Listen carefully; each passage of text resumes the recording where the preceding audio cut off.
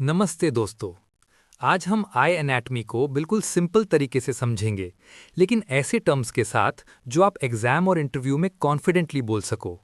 सबसे पहले एक बेसिक बात समझिए। आईबॉल कोई रैंडम स्ट्रक्चर नहीं है। इसके तीन मेन लेयर्स होते हैं। इन्हें हम कोट्स भी बोलते हैं। पहला फाइब्रस लेयर, दूसरा वैस्कुलर लेयर, तीसरा नर्वस लेयर। ये तीन लेयर्स मिलकर पूरी आई को स्ट्रक्चर और फंक्शन देती हैं। चलिए पहले बात करते हैं फाइब्रस लेयर की। इस लेयर में दो चीजें आती हैं, कॉर्निया और स्क्लेरा। स्क्लेरा वो वाइट पार्ट है जो आप बाहर से देखते हो। ये स्ट्रॉन्ग कनेक्टिव टिश्यू से बना होता है।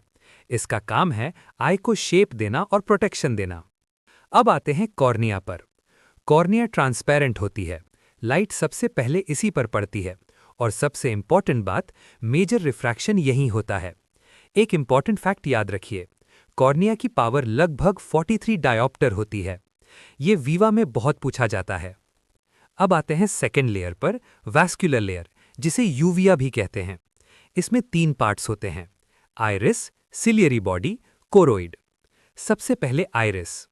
आइरिस आई का कलर्ड पार्ट होता है। इसके बीच में एक ओपनिंग होती है जिसे हम प्यूपिल बोलते हैं। प्यूपिल लाइट एंट्री कंट्रोल करता है। ब्राइट लाइट में प्यूपिल छोटा हो जाता है, डार्क में बड़ा हो जाता है। अब सिलियरी बॉडी, ये बहुत इंपॉर्टेंट है रिफ्रैक्शन के लिए। ये अकोमोडेशन में हेल्प करता है। मतलब जब आप नियर ऑब्जेक्ट देखते हो तो ये लेंस को एडजस्ट करने में मदद करता है। और ये एक्वस ह्यूमर भी प्रोड्यूस करता है। अब कोरॉइड। कोरॉइड हाईली वैस्कुलर होता है। इसका काम है रेटिना को न्यूट्रिशन देना। अब आते हैं थर्ड लेयर पर, नर्वस लेयर यानी रेटिना। रेटिना आई का सबसे इंपॉर्टेंट फंक्शनल पार्ट है। लाइट जब कॉर्निया और लेंस से पास होती है तो फाइनली रेटिना पर फोकस होती है।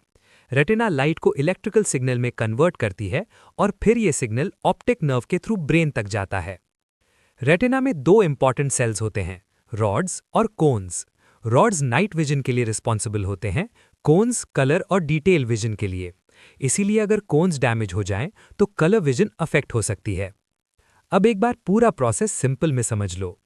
लाइट एंटर हुई कॉर्निया से, प्यूपिल से पास हुई, लेंस ने फोकस किया, रेटिना ने सिग्नल बनाया, ऑप्टिक नर्व ने ब्रेन तक भेजा और तब हमें इमेज दिखाई देती है।